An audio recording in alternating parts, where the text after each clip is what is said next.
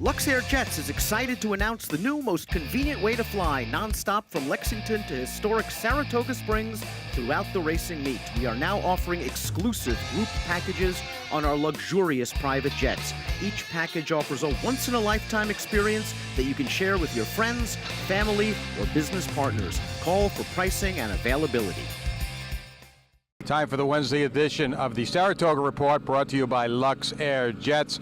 Here with my colleague Dave Grening, the top turf rider here on the grounds, and also now a fledgling clocker, getting better and better, more experience, helping out as we've been busier and busier here. And Dave's got 1-2 watches going at all times. I think he wants my job. Anyway, we're going to look at Saturday's card. They drew it here a couple of hours ago. It's Whitney Day on Saturday, and it's 5 stakes: the Grade 1 Whitney, the Grade 1 Test, and 3 races on the turf.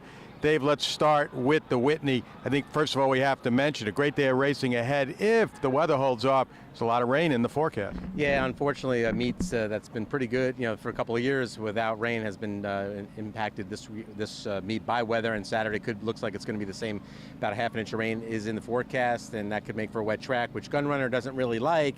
But, in reviewing his past performances, he ran a good second in the Dubai World Cup on what was listed as a muddy track. I think in general this horse is just getting better, and maybe he's getting more tolerant of a wet track. And there's really no chance, you think, unless we really get some weather, that Gun Runner will come out of this race? I don't think so. I mean, there is the Woodward at the end of the meet, but who's to say it wouldn't rain on September 2nd? He's doing very well. He's 3-5 for $1.2 million. It's a win-and-you're-in race for the Classic, although I guess he already got his spot last time in the Stephen Foster, so that takes that out of the equation. But I think it's more of it. If it was an unsafe track, if they thought it was an unsafe track, they might not run. But if it's wet, I think they'll run. I know we talked about the rabbit situation here. Luch Racing has a rabbit in there for War Story. They are uncoupled. I know we've discussed this a little bit. You had some stuff on Twitter. What's your thoughts about this? Yeah, the stewards actually contacted Ron Paolucci, the owner of Cautious Giant and War Story, to ask him the intent for Cautious Giant. And even though the intent is to be a rabbit, he told them that the intent is to try and win the race. The stewards believed him, and he will run as an uncoupled entry. Look, I have no problem with a rabbit being in the race. I just thought that it should be coupled because guys who are going to bet whatever number Cautious Giant is, they're really betting a horse that has 0 chance. And there are a lot of people who really don't know that. A lot of fans coming out here vacationing, whatever, don't pay that much attention to all the ins and outs. They're just here to play races and have a good time. So we've been down that road before with the rabbit situation last year, so hopefully things will work out okay. Let's talk about the Test, the other Grade 1 on the card. We spoke before that the California horses, there's no real race for this division at Del Mar, so they've had a lot of success in the Test in the past. They won it 4 years in a row at one point.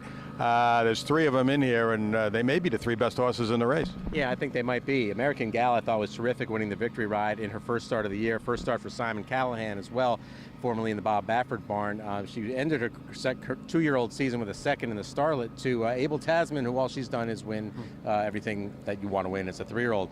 American Gal drawn nicely, although she's a speed horse. She's drawn nicely on the outside in post 10. I think that could help her because there's other speed in here. Give Jose Ortiz a little line on how the race is shaping up. You got Fabian for Bob Baffert, who is 2 for 2 at 7 furlongs and is cutting back 2 7/8 after a win in the Summertime Oaks at Santa Anita, going a mile and a 16th. Then you have Shaylin, who won the Jersey Girl at Belmont Park the day after the Belmont Stakes with a very nice performance. Another speed horse on the inside. Yeah, I spoke to Peter Miller, and he's not worried about the distance. He's not worried about a wet track because she's won on a wet track before. The post position maybe scares him a little bit with all that speed. And Bob Baffert has won this race twice already, 2008, also 2000, and I think it was 11. So wouldn't be a shocker if he were to show up in New York and win a Grade 1, would it? No. We have 3 turf races, turf stakes on the card. Let's look at them real quick. 2 of them are really, they're $100,000 races, but graded type stakes. Yeah, the Lure Stakes at a mile is the sort of, that's got to be graded sometime pretty soon. I think Chad Brown has 3 in there, 2 of them who have not yet run this year. It's already August, so obviously horses coming back with some issues. Takeover Target, who would benefit a lot if the ground did come up soft. He loves it that way. And Camelot Kitten, who's okay on a soft ground, but just a very solid horse. Came back body sore last year after the Hollywood Derby. Got plenty of time off. Chad Brown said he's liking how that horse is coming back. We're going back to Takeover Target. He's been working with Time Test the last couple works, and Chad thinks he's held his own well there. Time Test going to run and be maybe the favorite in the 4-star Dave next weekend. And the soft ground could be an issue there too. I know a couple of horses were entered main track only. I think Red Rifle was supplemented as well, looking ahead to the weather forecast. So trainers do pay attention to the weather, especially in instances of turf races that would likely come up. They were graded, probably no chance it would come off, but the fact they're not graded, we'll see what happens with those races. We'd be remiss if we didn't mention one non-stake on the card. You're gonna have to plan to stay here late because we have a pretty good finale on the card. It's a 2 other than, but we've got 2 pretty good horses in there, in the 3-year-old Motown and the older, very rich 2 other than Neolithic. Yeah, I think Neolithic took the mantle of being the richest 2 other than after Keen Ice won the Suburban to blow his 2 other than condition. Keen Ice obviously running in the Whitney against Gunrunner. Motown was he was one of the Derby favorites after the 2-year-old season when he won the Remsen impressively, and then he's really come back with 2 stinkers this year. The Fairgrounds race you could give him a pass on, first race off the bench. Not everyone likes Fairgrounds. But then he went back to Aqueduct where he'd won the Remsen and finished next to last in the Wood Memorial, and we haven't seen him since.